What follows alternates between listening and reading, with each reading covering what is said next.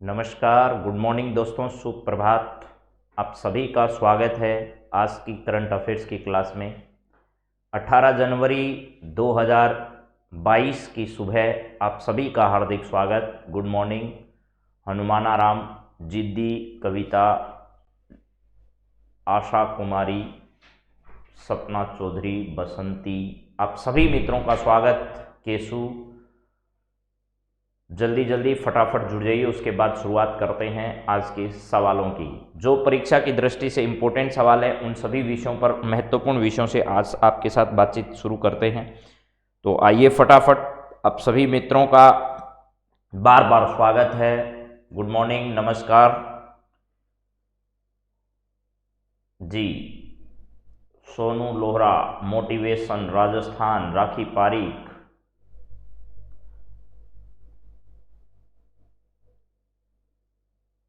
चलिए सबसे पहले हम लोग बातचीत करते हैं आज के कुछ ऐसे सवाल जो आपकी परीक्षा की दृष्टि से महत्वपूर्ण हैं।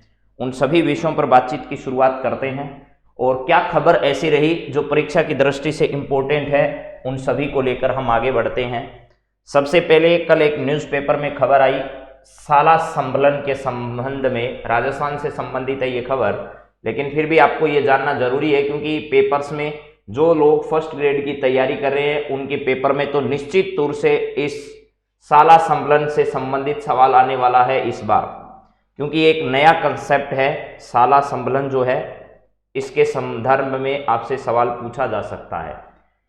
तो ये खबर ऐसी थी कि भाई शाला संबलन एम में पिछले कुछ दिनों से जितने भी डीओ है इन्होंने कुछ ज्यादा काम किया नहीं है, किसी ने कोई दौरा किया नहीं है, कोई भी जांच इस प्रकार की नहीं है। ये शाला संबलन ऐप राजस्थान सरकार के द्वारा शिक्षा विभाग में ऐसा चलाया गया है कि भाई जो पीओ और डीओ हैं, पीईओ और एक जो डीओ हैं, ये सब क्या करेंगे, विभिन्न स्कूलों का दौरा करेंगे, विभिन्न प्रकार की वहां पर आने वाली समस्याओं की जांच में उन्होंने क्या पाया वो सब जांच करके इस ऐप के ऊपर क्या करेंगे, वो इस प्रकार की जानकारियां अपलोड करेंगे।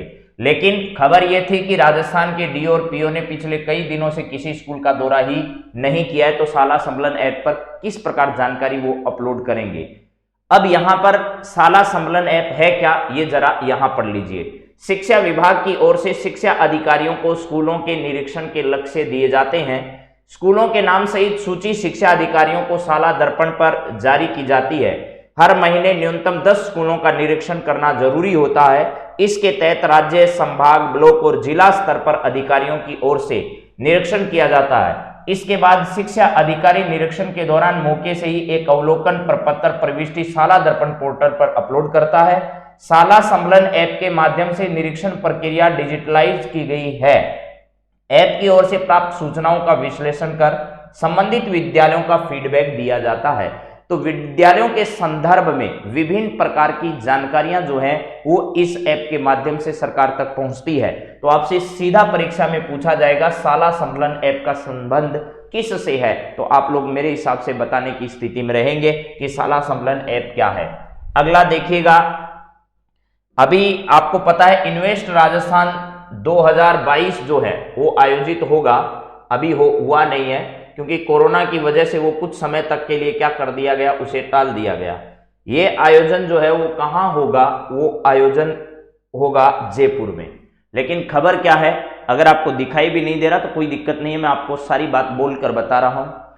इसमें लिखा है कि सीएम के जिले में निवेश की लंबी कतार, करौली में सबसे कम, यानी सबसे ज्यादा निवेशक जो हैं उन्होंने किस जिले में निवेश करने के लिए समझौता किया है और सबसे कम निवेश कहां किया जाएगा।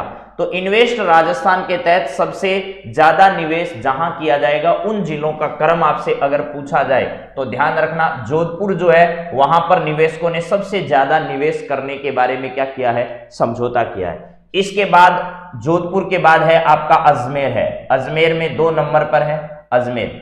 इसके बाद आपका बीकानेर है, बीकानेर के बाद में यहां पर आपके सामने है जयपुर और जयपुर के बाद में भीलवाड़ा, जयपुर और जयपुर के बाद में क्या है, भीलवाड़ा। ये वो जिले हैं मेरे मित्रों जिन जिलों में सबसे ज्यादा निवेशक आने के लिए उत्साहित हैं, यानी जहां सबसे ज्यादा इन्वेस्टकों ने क्या किया है, समझौता किया है कि हम इन जिलों में निवेश करने वाले हैं। जोधपुर सबसे आगे है, जोधपुर के बाद में अजमेर है और अजमेर के बाद बीकानेर, बीकानेर के बाद जयपुर, जयपुर के बाद में भीलवाड़ा। ये तो सबसे ज्यादा जहां निवेश किया जाएगा वो जिले हैं। सबसे कम निवेश किए जाने वाले जिलों में करौली, भरतपुर और सिरोही है। करौली, भरतपुर और सिरोही, करौली और क्या है, भरतपुर है और आपका भरतपुर, इसके अलावा आपका सिरोही है। इन जिलों में सबसे कम निवेश किया जाना है। इसके अलावा जालोर है, जालोर के अलावा सवाई माधोपुर है, सवाई माधोपुर। ये वो जिले हैं जहां पर सबसे कम क्या किया जाएगा, निवेश किया जाएगा। यानी जो समझौते हुए सब जिलों के हिसाब से जहां सबसे ज्यादा जोधपुर, अजमेर, बीकानेर, जयपुर, भीलवाड़ा, करौली, भरतपुर, सिरोही, जालोर और सवाई माधोपुर, ये सबसे ज्यादा जहां निवेश होने वाला, ये जहां सबसे कम निवेश होने वाला है। तो ध्यान रखिएगा, जोधपुर से अशोक गहलोत जी का संबंध है और इसके प्रभारी मंत्री जो हैं वो आपको पता है डॉक्टर सुभाष गर्ग हैं। यहां से अजमेर जिले से अभी राज्य सरकार में कोई मंत्री है नहीं। बीकानेर से बीडी कल्ला जी यहां से मंत्री हैं। जयपुर से प्रताप सिंह जी खाचरियावास, महेश जोशी, लालचंद कटारिया, ऐसे कई मंत्री हैं। भीलवाड़ा से रामलाल जाट जैसे मंत्री यहां से हैं। फिर करौली से रमेश मीणा जो हैं वो पंचायती राज मंत्री आपको पता है। फिर आपका भरतपुर से विश्वेंद्र सिंह हैं और यहां पर सिरोही जो है यहां से कोई मंत्री वर्तमान में नहीं है राज्य सरकार में। जालोर से सुखराम विश्नोई मंत्री हैं, लेकिन सवाई माधोपुर से अभी कोई मंत्री नहीं है। ये सब बातें आपको ध्यान रखनी है। और इन्वेस्ट राजस्थान का आयोजन कहां किया जाएगा, तो ये भी आपको पता है कि इसका आयोजन जयपुर में किया जाएगा। चलिए अब बात करते हैं अगली। तो ये क्रम ध्यान रखना, सबसे ज्यादा निवेश कहां किया जाना है, वो कौन से जिले हैं, उनका सही क्रम क्या है, और सबसे कम जहां इन्वेस्ट होने वाला है वो जिले कौन से हैं। लगभग ये मानकर चलिएगा कि 1.20 लाख करोड़ में से 20,000 करोड़ रुपए निवेश समझौता अकेला जोधपुर में होगा। यानी 1.20 लाख करोड़ के टोटल समझौते हुए हैं, 20 लाख करोड़ के। तो इनमें सबसे ज्यादा जो है वो कहां पर हुआ है, वो जोधपुर में हुआ है। वहां लगभग अकेला 20,000 करोड़ का जो है ना वो अकेला जोधपुर में होने वाला है। इसके बाद खेल जगत से कल कुछ खबर आपके सामने आई होगी और कुछ अच्छी खबर थी, कुछ ऐसी ही थी, जिसमें आपके सामने लक्ष्य सेन का नाम बैडमिंटन से संबंधित है। आप लोग बहुत अच्छे से जानते हैं। अभी हाल ही में दिल्ली में इंडिया ओपन बैडमिंटन का आयोजन किया गया। कहां पर, दिल्ली में, दिल्ली में आयोजन किया गया। किसका, नई दिल्ली में India open badminton, India open badminton प्रतियोगिता, ओपन बैडमिंटन प्रतियोगिता, बैडमिंटन प्रतियोगिता, इसका आयोजन कहां किया गया, तो नई दिल्ली में आयोजन किया गया इस प्रतियोगिता का।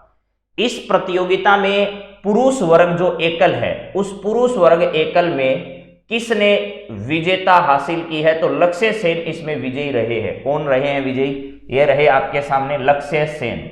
लक्ष्य सेन इस प्रतियोगिता में विजयी रहे हैं, यानी इन्होंने जो है इस खिताब को जीता है। पुरुष एकल का खिताब किसने जीता है, आगामी परीक्षाओं की दृष्टि से बहुत इंपॉर्टेंट सवाल है। लक्ष्य सेन ने पुरुष एकल का खिताब जीता है इंडिया ओपन बैडमिंटन प्रतियोगिता के अंतर्गत। और इन्होंने जो है वो किसको हराकर जीता है इस प्रतियोगिता को, तो सिंगापुर जो है, उस सिंगापुर के खिलाड़ी को इन्होंने हराकर जो है वो इस प्रतियोगिता में अपना स्थान बनाया है। तो मेरे हिसाब से ये बात आपको ध्यान रह जाएगी कि पुरुष एकल का खिताब जो है वो लक्ष्य सेन ने जीता है। और किसको हराकर जीता है, सिंगापुर के लोहे कीन यो है, लोहे कीन यो है, लोहे कीन यो है। ये खिलाड़ी हैं कहां के, सिंगापुर के। ये उप विजेता रहे हैं पुरुष एकल में। सिंगापुर के विजेता खिलाड़ियों में से अगर उप विजेता की बात करें तो कहां से है, सिंगापुर से है। इसके बाद सात्विक और चिराग जो है, इन्होंने किसका जीता है, इन्होंने पुरुष युगल का जीता है। और ऐसी भारत की पहली जोड़ी है जिसने यह कीर्तिमान स्थापित किया है। तो यह भी आपको ध्यान रखना है कि इंडिया ओपन बैडमिंटन प्रतियोगिता में ही पुरुष एकल का खिताब भारत ने जीता है, लक्ष्य सेन ने। इसी प्रकार सात्विक और चिराग दो व्यक्ति हैं जिन्होंने युगल का खिताब जीता, और युगल का खिताब जीतने वाले ऐसी प्रतियोगिता के भारत की पहली जोड़ी है। और ये खिताब जीतने वाले 20 साल के लक्ष्य सेन पुरुष एकल खिताब जीतने वाले तीसरे भारतीय बने हैं। यानी ये तो तीसरे भारतीय हैं, लेकिन युगल जोड़ी ऐसी है वो सात्विक और चिराग की है, वह आपकी पहली ऐसी जोड़ी है जिसने ये खिताब जीता है। तो सात्विक साईराज रेकिंड रेड्डी नाम है इनका और चिराग सेठी नाम है इन दोनों खिलाड़ियों का, जो कि आपकी परीक्षा की दृष्टि से इंपॉर्टेंट हो सकते हैं। इसके अलावा अगली फिर बात पर्यटन से संबंधित है, राजस्थान पर्यटन से संबंधित है। जरा देखिएगा क्या है। राजस्थान सरकार अभी हाल ही में एक नई पर्यटन नीति लेकर आने वाली है। इस पर्यटन नीति में क्या कुछ होगा जरा सुनिए। पर्यटन के लिए यूनिट फिल्म और ग्रामीण पर्यटन नीति जल्द राजस्थान पर्यटन सरकार जो है वो लेकर आ रही है। किससे जुड़ी हुई? यूनिट पर्यटन से जुड़ी हुई, फिल्म पर्यटन से जुड़ी हुई और ग्रामीण पर्यटन से जुड़ी हुई। इन 3 क्षेत्रों से जुड़ी हुई पर्यटन नीति जो है वो राजस्थान सरकार हाल ही में लेकर आने वाली है। इसके बाद क्या होगा, जो होटल हैं उन होटल्स को अब क्या करना पड़ता है, जो अपना लाइसेंस है, ये लाइसेंस जो है वो क्या करना पड़ता है, प्रति वर्ष रिन्यू करवाना पड़ता है, प्रति वर्ष रिन्यू करवाना पड़ता है। इसके बाद होटल मालिकों को 10 वर्ष के लिए क्या कर दिया जाएगा, एक 10 वर्ष के लिए लाइसेंस जारी किया जाएगा। उसे हर वर्ष क्या नहीं करना पड़ेगा, उसे रिन्यू नहीं करवाना पड़ेगा। तो ऐसी सारी जो है वो इन 3 नीतियों के अंतर्गत आएगा। तो राजस्थान सरकार पर्यटन से संबंधित कितनी पॉलिसी ला रहा है, कितनी नीतियां ला रहा है, 3 नीति ला रहा है। एक किससे संबंधित है, यूनिट जो इकाइयां हैं, यूनिट का मतलब जितनी भी पर्यटन से जुड़ी हुई इकाइयां हैं उन इकाइयों से रिलेटेड होगा, जैसे होटल है, कोई अन्य जैसे पेइंग गेस्ट है, कोई और भी इसी प्रकार का अगर चला रहा है तो ये आपके सामने आएंगे। ठीक है, चलिए इसके बाद यूनिट आ गई। यूनिट के बाद क्या होगा, फिल्म पर्यटन जो है उसको बढ़ावा देगा ये फिल्म इंडस्ट्री भी। तो पर्यटन जो है वो फिल्म पर्यटन की दृष्टि से भी, यूनिट पर्यटन की दृष्टि से भी, और इसके अलावा ग्रामीण जो पर्यटन है वो हमारा बड़ा विकसित हो रहा है धीरे धीरे, ग्रामीण पर्यटन। इस ग्रामीण पर्यटन को लेकर भी हम क्या करने वाले हैं, एक इस प्रकार की नीति लेकर आने वाले हैं। तो ये 3 से संबंधित नई पर्यटन नीतियां राजस्थान में आने वाली है, आप इसको ध्यान से देख लीजिएगा। चलिए अगला सवाल, अगला है कुंडलिनी चक्कर ड्रेस ने जीता है बेस्ट कॉस्ट्यूम अवार्ड। अभी भाई भारत की एक महिला जिसने मिस वर्ल्ड जो प्रतियोगिता चल रही है उस मिस वर्ल्ड प्रतियोगिता के अंतर्गत भी क्या किया है, बेस्ट कॉस्ट्यूम अवार्ड जीता है। तो देखिए आपने हरनाज संधू का नाम सुना होगा, हरनाज संधू ने कौन सा अवार्ड जीता था अभी, तो आपको यह पता होगा हरनाज संधू ने मिस वर्ल्ड ताज जीतने के बाद, ये मिस वर्ल्ड है ध्यान रखना, क्या है, मिस वर्ल्ड 2022 का ताज जीतने के बाद अब मिसेज वर्ल्ड की जो प्रतियोगिता हो रही है, हरनाज संधू ने क्या जीता था, मिस वर्ल्ड का खिताब जीता था। मिस वर्ल्ड 2022 ये खिताब किसने जीता, तो ये आपके सामने है 2022 का खिताब प्रतियोगिता जो है वो हरनाज संधू ने जीता। अभी इसी में ऐसा कहा जा रहा है कि इंडिया की मिसेज इंडिया नवदीप कौर खिताब तो नहीं जीत पाई, यानी भारत का प्रतिनिधित्व कर रही है मिसेज इंडिया नवदीप कौर, खिताब तो नहीं जीत सकी, लेकिन उनके परिधान को सर्वश्रेष्ठ नेशनल कॉस्ट्यूम अवार्ड से नवाजा गया। मिसेज वर्ल्ड का ताज जो है वो अमेरिका की शालिनी फोर्ड को दिया गया है। क्या है नाम, शालीन फोर्ड। ये शालीन फोर्ड जो है वो कहां की रहने वाली है, आपको पहली बात तो ये ध्यान होना चाहिए, अमेरिका की रहने वाली है, अमेरिका के साथ इसे किसका खिताब दिया है, तो मिसेज वर्ल्ड का खिताब दिया है। क्या है, मिसेज वर्ल्ड का खिताब इन्होंने प्राप्त किया है।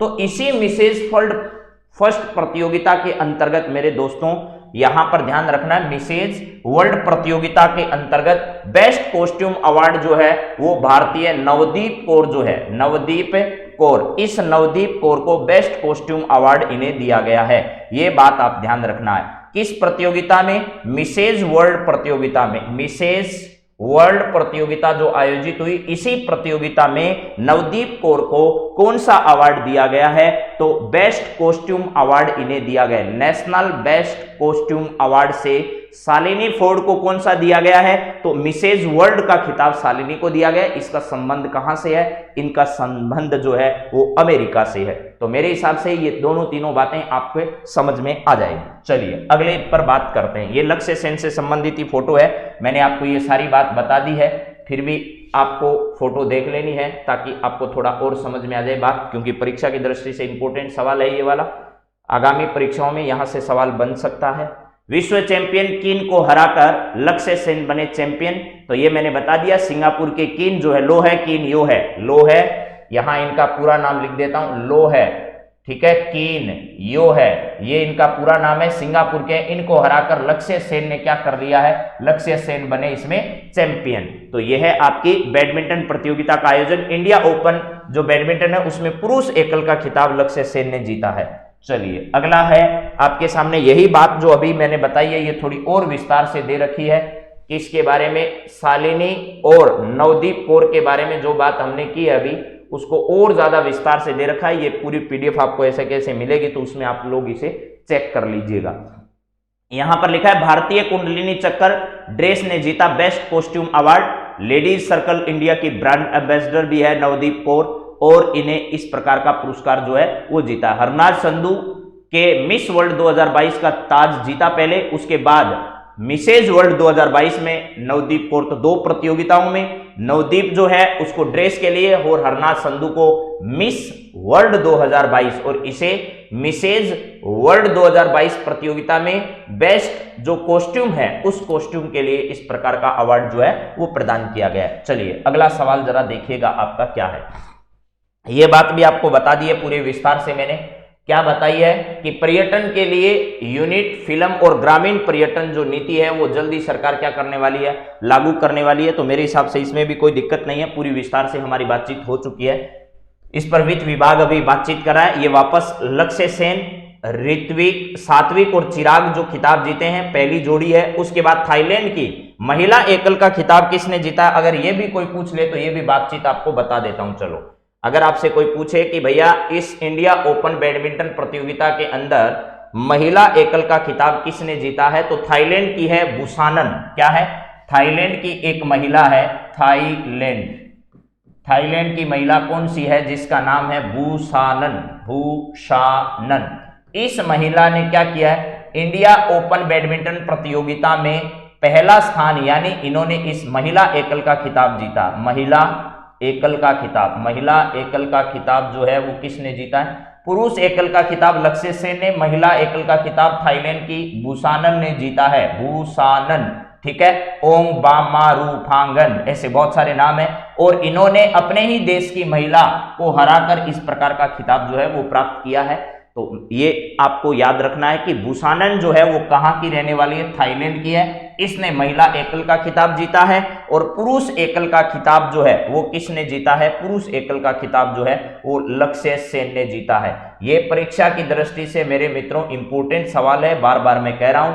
और अगर आपसे पूछा जाए, वैसे महिला युगल का नहीं पूछेगा, लेकिन ध्यान रखना पुरुष युगल का जरूर पूछ सकता है, क्योंकि भारतीय ऐसी जोड़ी है जिसने पहली बार इसमें क्या किया है? कीर्तिमान स्थापित किया है। तो सात्विक और चिराग का नाम ध्यान रखना है। सात्विक और क्या है? चिराग है। ये 2 नाम मैं बार बार इसलिए ले रहा हूं कि आप भूल नहीं जाएं कहीं। चलिए अगले सवाल पर हम बात करेंगे। आज के सवालों की शुरुआत कहां से हो रही है? यहां से हो रही है। तो पहला सवाल आपके सामने जरा देखिएगा क्या है। आपने बिजू महाराज के बारे में जरूर सुना होगा, उनका निधन हो चुका है। तो बिजू महाराज से संबंधित ही आज का हमारा पहला सवाल है, ये रहा। क्या है सवाल? पढ़िएगा। सम्राट, यानी यहां डॉट डॉट लिखा है, इसकी जगह आपको भरना है जो भी आपको ऑप्शन दे रखे हैं उसमें से। सम्राट पद्म विभूषण पंडित बिजू महाराज का निधन हो गया है। उनका जन्म 4 फरवरी 1938 को लखनऊ में हुआ था। तो आपको बताना है कि ये किसके सम्राट थे? क्या ये भरतनाट्यम के सम्राट थे, मोहिनी अट्टम के सम्राट थे, या कथक के सम्राट थे, या कुचिपुड़ी के सम्राट थे? तो ये किसके सम्राट थे, जिसको लेकर के आपको यह बताना है कि इस कला के सम्राट पद्म विभूषण पंडित बिजू महाराज का निधन हो गया है। उनका जन्म जो है वो लखनऊ में हुआ था। और लखनऊ आप सब लोग जानते हैं उत्तर प्रदेश की क्या है, राजधानी है। और आजकल यहाँ की दौड़ में सब लोग लगे हुए हैं। उत्तर प्रदेश की राजधानी है, इसे नवाबों का शहर कहा जाता है। नवाबों का शहर कौन सा है, तो नवाबों का शहर लखनऊ है। इसके अलावा यहाँ पर डीआरडीओ के द्वारा विभिन्न प्रकार के रक्षा यंत्रों को बनाने की प्रयोगशालाएं यहाँ पर स्थापित की जा चुकी है। चलिए, उत्तर प्रदेश के वर्तमान में योगी जी क्या है, मुख्यमंत्री हैं, आप जानते हैं ये बात। अब नए मुख्यमंत्री के चुनाव होने हैं, और जो कि कितने चरणों में चुनाव हो रहे हैं, 7 चरण जो हैं, 7 चरणों में यहाँ की 403 विधानसभा सीटों पर क्या होने जा रहे हैं, चुनाव होने जा रहे हैं। तो मेरे हिसाब से ये आपको समझ में आ गया होगा। बाकी कल की क्लास में हमने भरतनाट्यम पर भी बात की, मोहिनीअट्टम पर भी बात की, कुचिपुड़ी पर भी बात की, और ये भी बताया था कि काची पूड़ियां खाने से व्यक्ति क्या हो जाता है, आंधा हो जाता है। तो आंध्र प्रदेश जो है यहां से संबंधित है आपका कुचिपुड़ी। लेकिन बिजू महाराज का जो संबंध है वो किससे संबंधित है, बिजू महाराज का संबंध कथकली से, यानी कथक से संबंधित है। बिजू महाराज का संबंध किससे है, कथक से बिजू महाराज का संबंध है। और बिजू महाराज जो है वो 83 वर्ष की उम्र के थे भाई।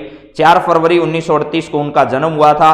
उनका जो असली नाम है वो बृज मोहन मिश्र था। क्या था, पंडित बृज मोहन मिश्र उनका पूरा नाम, सही नाम था, वास्तविक नाम पंडित बृज मोहन मिश्र। बृज मोहन मिश्र जो है इनका वास्तविक नाम था, पंडित बृज मोहन मिश्र इनका वास्तविक नाम था। और कथक के बहुत बड़े जादूगर के रूप में इनको क्या किया जाता था, जाना जाता था। हाँ जी, चलिए, यहां पर है कथक केरला से संबंधित है, आपकी सही बात है। और ये जो है वो कथक नर्तक होने के साथ साथ शास्त्रीय गायन जो है वो भी करते थे। बिजू महाराज के पिता और गुरु अंछन महाराज थे, चाचा शंभू महाराज थे, और लच्छू महाराज भी प्रसिद्ध कथक नृत्य रहे। इनका पूरा जो परिवार है वो इस कथक नृत्य से संबंधित रहा है। कई फिल्में ऐसी है जिन्होंने बिजू महाराज ने काम किया है।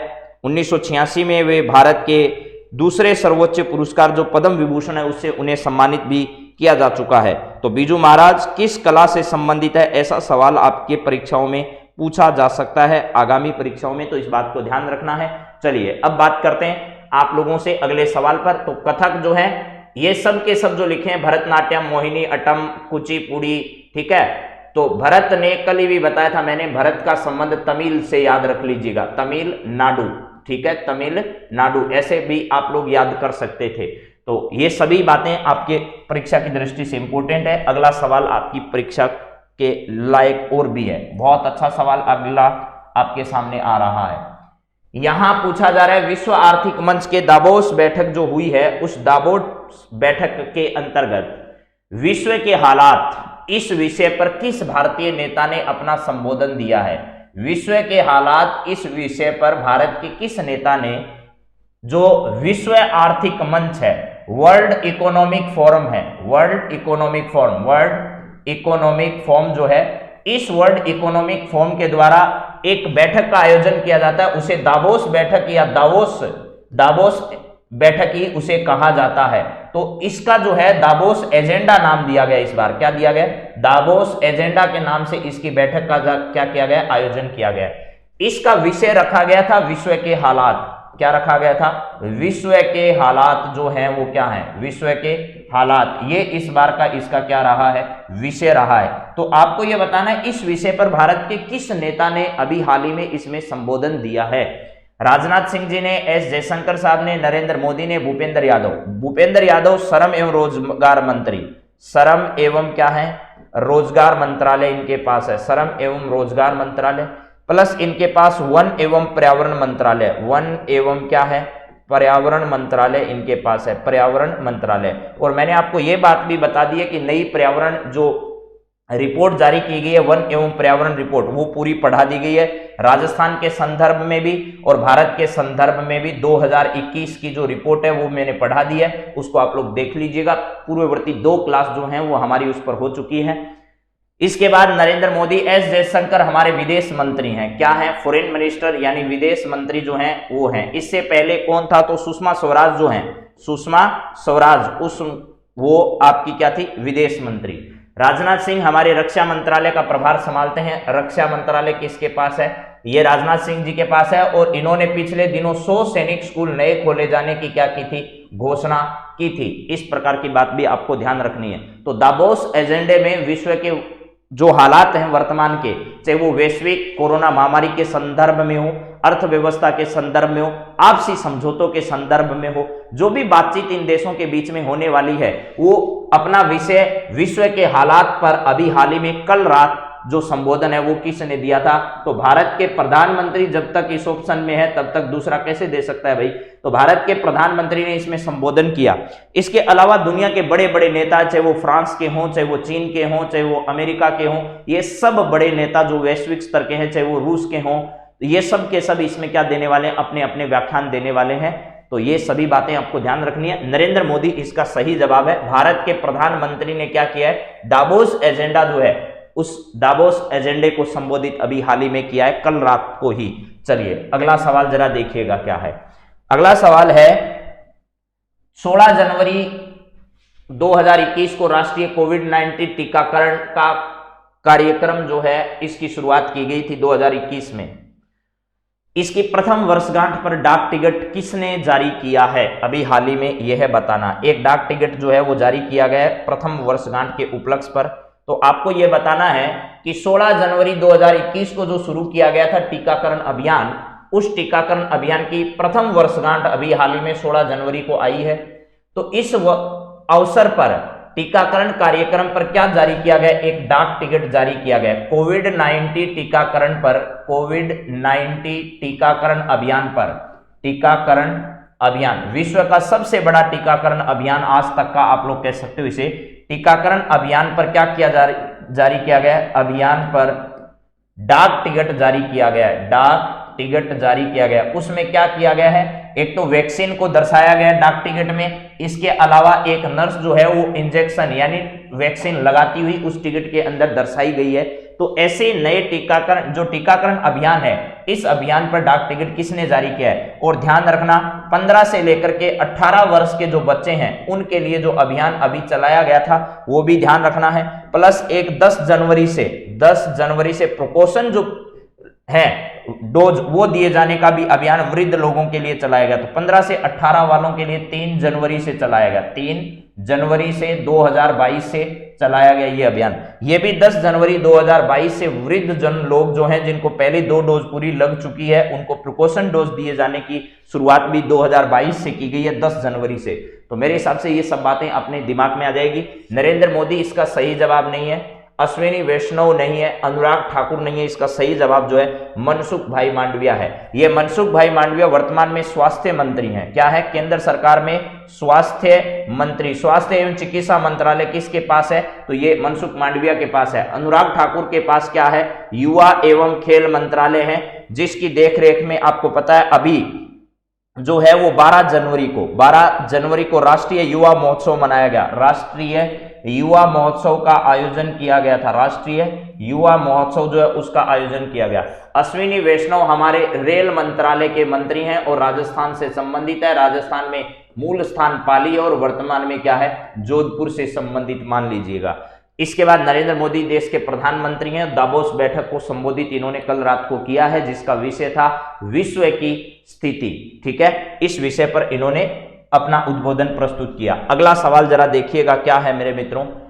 आपके सामने 4 नंबर सवाल है। इब्राहिम कीता किस देश के पूर्व राष्ट्रपति थे जिनका हाल ही में निधन हो गया है? इब्राहिम कीता से संबंधित सवाल है। इब्राहिम कीता किस देश के क्या थे?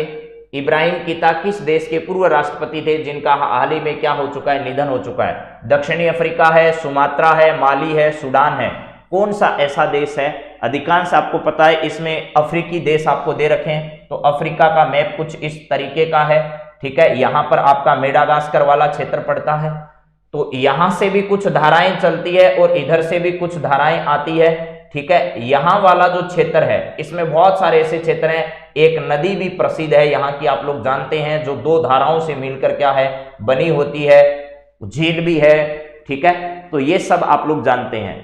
फिर एक नदी का नाम भी जानते हैं, इधर से होती हुई भूमध्य सागर में जाकर गिरती है। स्वेज नहर का नाम आपने कई बार सुन रखा है, स्वेज नहर। ठीक है, स्वेज नहर। नासिर जो है, ठीक है, नासिर मिस्र के थे, नासिर आपको पता होगा, इन्होंने इसका क्या किया था, राष्ट्रीयकरण किया था। तो अभी आपसे दक्षिणी अफ्रीका जो है वो इसका अंतिम, यहां पर जो देश स्थित है अफ्रीका महाद्वीप का, उसका नाम दक्षिणी अफ्रीका है, ये ध्यान रखना है। क्या है, दक्षिणी अफ्रीका, इसका अंतिम जो देश है इसका नाम है यहां पर दक्षिणी अफ्रीका। तो इब्राहिम कीता जो है वो यहां पर जिस प्रकार नेल्सन मंडेला है, जिस प्रकार आपके महात्मा गांधी है, इनको रंगभेद का शिकार होना पड़ा, ठीक उसी प्रकार जो है इब्राहिम कीता को भी इस प्रकार के कई समस्याओं का सामना जो है वो करना पड़ा था। तो यहां पर आपका सही जवाब सूडान नहीं है, सूडान में अभी राष्ट्रपति को त्याग पत्र देना पड़ा था, आपको पता है। दक्षिणी अफ्रीका नहीं है, सुमात्रा नहीं है, यहां सही जवाब जो है वो क्या है, माली है। एक अफ्रीकी देश माली जो है, यहां माली के पूर्व राष्ट्रपति थे कौन, इब्राहिम कीता। इब्राहिम कीता जो है वो यहाँ के पूर्व राष्ट्रपति थे, इब्राहिम कीता जो है यहाँ के राष्ट्रपति थे। और इन्होंने बहुत प्रयास किया, महात्मा गांधी की तरह, नेल्सन मंडेला की तरह बहुत सारा संघर्ष करने के बाद यहाँ माली में इस प्रकार के शासन की स्थापना की थी। लेकिन अभी हाल ही में इनका क्या हो चुका है, निधन हो चुका है। हाँ जी, लाल सागर को भूमध्य सागर से जोड़ती है, इसका राष्ट्रीयकरण नासिर के समय में किया गया था। चलिए अगली बात करते हैं। अगला 5 नंबर सवाल आपके सामने जो है वो जरा देखो। हाल ही में 24वें राष्ट्रीय ई गवर्नेंस सम्मेलन का आयोजन किया गया, जिसकी थीम क्या है ये आपको बताना है। मैंने आपको बताया होगा ई गवर्नेंस से संबंधित वर्तमान में देखिए बिजनेस टू गवर्नेंस है, बिजनेस टू गवर्नेंस है, गवर्नेंस टू गवर्नेंस है और पीपुल्स टू गवर्नेंस है, यानी सिविल का मतलब है, सी का मतलब पीपुल्स टू गवर्नेंस है। इस प्रकार के कोई भी कार्यक्रमों सरकार से संबंधित सारे के सारे कार्यक्रमों को ई गवर्नेंस से जोड़ा जा रहा है, यानी सारे काम सीधे इंटरनेट के माध्यम से संपन्न हो सके, सरकारी कार्यालयों में लोगों को कम से कम जाना पड़े, इसके लिए राष्ट्रीय ई गवर्नेंस सम्मेलन का हाल ही में आयोजन किया गया है। और यह 24वां राष्ट्रीय ई गवर्नेंस सम्मेलन अभी हाल ही में आयोजित हुआ है। 24वां राष्ट्रीय ई गवर्नेंस सम्मेलन आयोजित किया गया। इसकी थीम क्या थी आपको यह बताना है, इसकी थीम क्या है उस थीम के बारे में बताना है। महामारी के बाद डिजिटल गवर्नेंस, डिजिटल गवर्नेंस से समृद्ध सरकार, लक्ष्योन्मुखी सेवा के लिए ई गवर्नेंस और ई गवर्नेंस की आवश्यकता, यहां है ई गवर्नेंस की आवश्यकता। इनमें से कौन सी थीम है 24वें राष्ट्रीय ई गवर्नेंस सम्मेलन की, आपको यह बताना है। तो जरा फटाफट इसके बारे में आप लोग बता दीजिएगा, ठीक है। चलिए ई गवर्नेंस तो आप जवाब दे रहे हैं, लेकिन आप सही जवाब नहीं दे पा रहे हैं अभी भी इसका, कि क्या इसका सही जवाब होगा मेरे मित्रों। दीजिए जवाब, सब लोगों का अलग अलग आ रहा है। देखते हैं सबसे पहले कौन ऐसा है जो कीर्तिमान स्थापित करेगा सही जवाब देकर। हाँ जी, ए जवाब आया है। अच्छा चलिए, इसका सही जवाब ए ही है। महामारी जो है, इस महामारी के बाद डिजिटल गवर्नेंस किस प्रकार स्थापित है, ये बात जो रखी गई है वो इस बार के 24वें राष्ट्रीय ई गवर्नेंस सम्मेलन की रखी है। महामारी के बाद में डिजिटल गवर्नेंस, महामारी के बाद डिजिटल गवर्नेंस जो है, डिजिटल गवर्नेंस, इसकी स्थापना किस प्रकार की जा रही है, ये इस बार का विषय रखा गया है। महामारी के बाद जो है वो डिजिटल गवर्नेंस जो है वो किस प्रकार स्थापित हो रही है, ये इसका विषय रखा गया है। तो ध्यान रखना 24वां सम्मेलन है, क्या है, 24वां राष्ट्रीय सम्मेलन है। 24वां ई गवर्नेंस पर होने वाला क्या है, राष्ट्रीय सम्मेलन जो है वो है, उसकी थीम इस बार ये रखी गई है, महामारी के बाद का डिजिटल गवर्नेंस। चलिए नेक्स्ट देखिएगा, ये सवाल आपको पढ़ा दिया गया है, आपको तुरंत जवाब देना है और तुरंत आप उत्तर दे देंगे, ऐसा मेरा विश्वास भी है। सवाल यह है कि मिसेज वर्ल्ड 2022 का खिताब, मिसेज वर्ल्ड है 2022 का खिताब जीतने वाली सालिन फोर्ड का संबंध जो है वो कहां से है। तो देखिएगा मिसेज वर्ल्ड 2022 है और मिस वर्ल्ड 2022 अलग है, मिस वर्ल्ड 2022 जो है वो अलग है, ये ध्यान रखना। इसमें तो हरनाज संधू जो है, हरनाज संधू, इन्होंने अपना क्या बनाया, संधू, इन्होंने अपना स्थान बनाया है।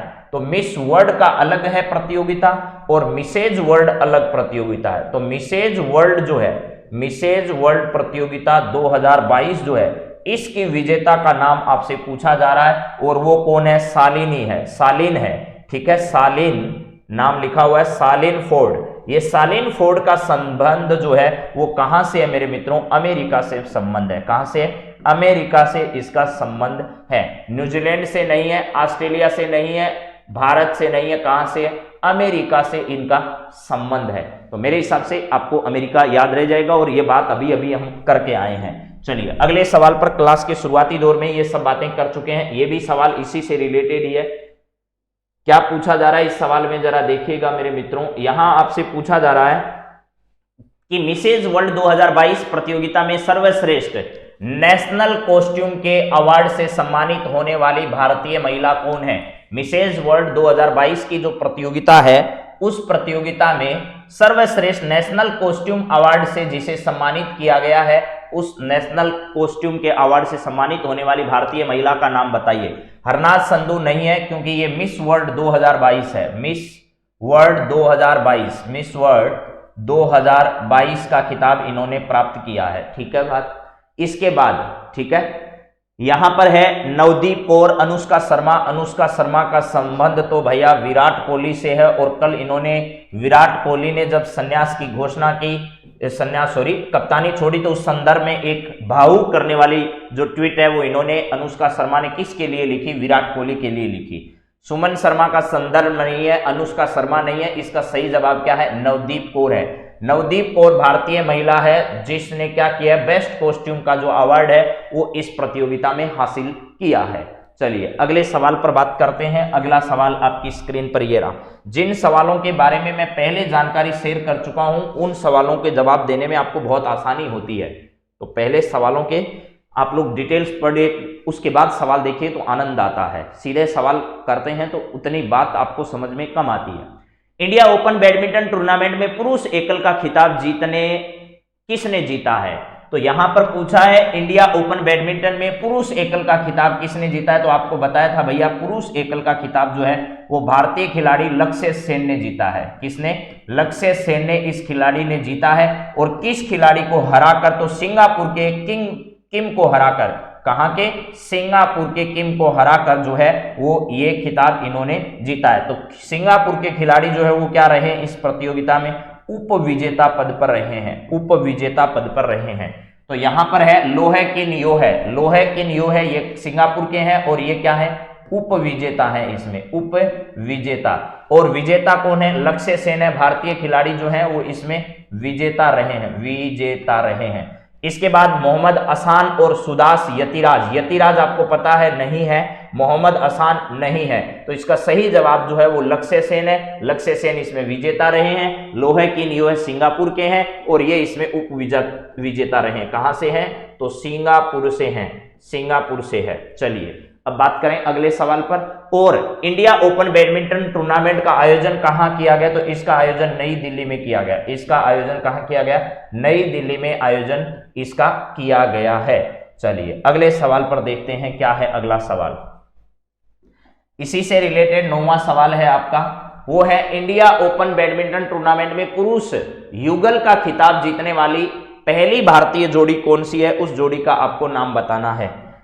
तो पहली बार भारतीय जोड़ी ने ऐसा किया तो ऐसा सवाल पूछ सकता है युगल के बारे में। बाकी युगल के बारे में ज्यादातर कभी सवाल पूछता नहीं है पेपर वाला। युगल जो जोड़ा है पुरुष का, उसमें पहली बार भारतीय जोड़ी ने जीता है इंडिया ओपन बैडमिंटन प्रतियोगिता में। उस जोड़ी का नाम बताना है। चिराग सेठी और सात्विक है, लक्ष्य सेन और सात्विक है। तो लक्ष्य सेन पुरुष एकल के हैं, सात्विक युगल जोड़ी में है, लेकिन इसके साथ ये जोड़ी ठीक नहीं है। सुहास यतिराज ने इस प्रतियोगिता में हिस्सा नहीं लिया। सात्विक एक नाम है, इससे सही नहीं बैठता।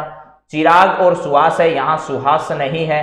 इसका मतलब आपका पहला ऑप्शन एकदम सही है। चिराग सेठी और सात्विक जो है इनकी जोड़ी में दिल्ली में आयोजित हुई इस बैडमिंटन प्रतियोगिता के युगल का खिताब इन दोनों ने क्या किया है? जीता है। तो पुरुष एकल, पुरुष युगल है, ये क्या है?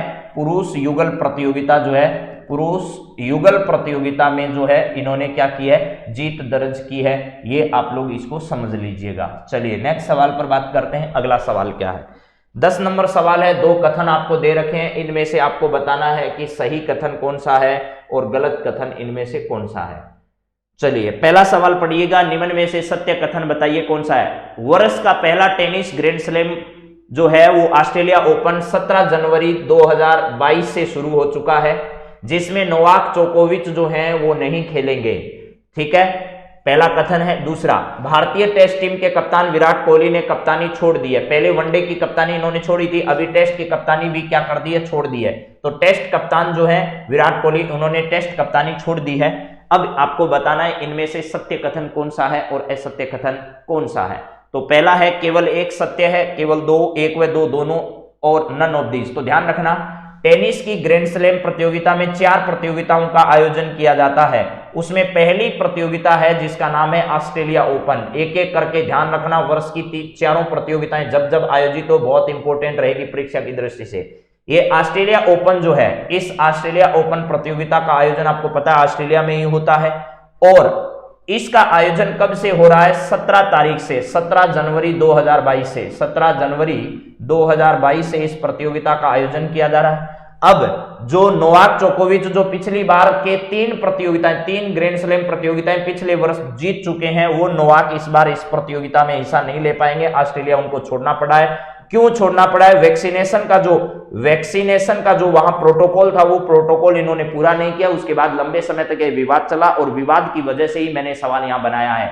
तो ये लंबा विवाद था नोवाक जोकोविच को लेकर, लास्ट में नोवाक जोकोविच को झुकना पड़ा और ऑस्ट्रेलिया देश छोड़कर वापस अपने देश जाना पड़ा। ये अब इस बार नहीं खेल पाएंगे इस प्रतियोगिता में। तो इस बार निगाहें नडाल पर रहेगी, निश्चित तौर पर अब ये नहीं खेल रहे हैं, तो नडाल जो है वो यहां पर अब बढ़त में रहने वाले हैं। इसके बाद भारतीय टेस्ट कप्तान जो है विराट कोहली ने भी कप्तानी क्या कर दी है, छोड़ दी है ये सीरीज हारने के बाद। तो ये दोनों कथन ए और बी दोनों सही है, इसका मतलब सी ऑप्शन आपका राइट है, दोनों कथन क्या है, सही हैं। चलिए अब बात करते हैं राजस्थान के कुछ सवालों पर। राजस्थान का पहला सवाल आपकी स्क्रीन पर आ गया है मेरे मित्रों। सवाल क्या है जरा देखिएगा। मैंने जो बात आपके सामने रखी है सारी बातें वही आपके सामने लेकर आया हूं, जरा बताओ पहला सवाल क्या है। सेना दिवस के अवसर पर राज्य में खादी के कपड़े से बने दुनिया के सबसे बड़े राष्ट्रीय ध्वज को कहां प्रदर्शित किया गया है अभी हाल ही में। एक ऐसा राष्ट्रीय ध्वज है जिसको हाल ही में प्रदर्शित किया गया है, तो वो राष्ट्रीय ध्वज कहां पर प्रदर्शित किया गया है यह आपको क्या करना है, बताना है। तो जरा बता दो भाई फटाफट, कहां पर इसको प्रदर्शित हाल ही में किया गया है। बोलो जी बोलो।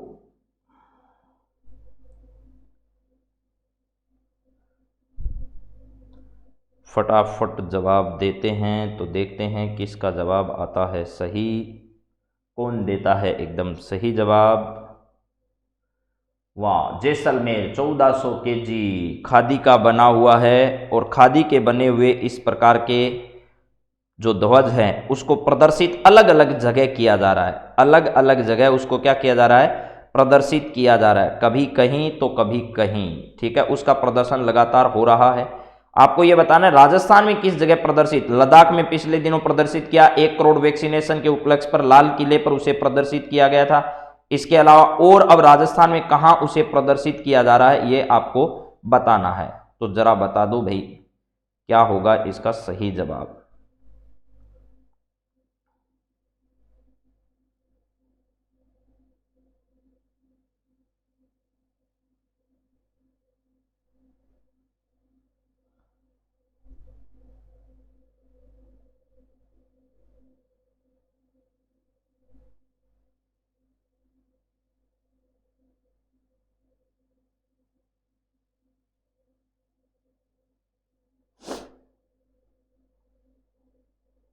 जी चलिए, एकदम सही आपका जवाब आ गया। लोंगेवाला जो है वो कहाँ है, जैसलमेर में। तो सेना दिवस के अवसर पर, अभी सेना दिवस के बारे में सारी बात बताई थी। भारतीय सेना के जो हमारे करियप्पा साहब थे, करियप्पा साहब, उनकी याद में क्या किया जाता है, ये सेना दिवस जो है वो प्रतिवर्ष मनाया जाता है। अवसर पर राज्य में खादी के बने सबसे बड़े जो ध्वज है उसका अभी हाल ही में कहां पर उसको प्रदर्शित किया गया, राजस्थान में। तो राजस्थान में फलोदी जोधपुर में नहीं किया गया, बाड़मेर में इसको प्रदर्शित नहीं किया गया और सूरतगढ़ गंगानगर में भी नहीं किया गया। लोंगेवाला वो पोस्ट है जिस वक्त आपको ध्यान होगा भारत और पाकिस्तान के मध्य युद्ध हुआ, भारत और किसके बीच में, पाक के बीच में युद्ध हुआ। तो आपको पता है करारी शिकस्त किसको झेलनी पड़ी थी, पाकिस्तान को इस समय झेलनी पड़ी थी। और आपने सुना होगा जिसे धोरों की वैष्णो देवी के नाम से जानी जाती है, ऐसी देवी कौन सी है, और उस देवी के कारण ही ये कहा जाता है कि उन्होंने इस प्रकोप को क्या कर लिया, झेल लिया। और जहां आज भी बीएसएफ के जो जवान हैं, वो बीएसएफ के जवान यहां क्या करते हैं, पूजा अर्चना करते हैं, और बीएसएफ के जवानों की इसे क्या कहा जाता है, देवी कहा जाता है।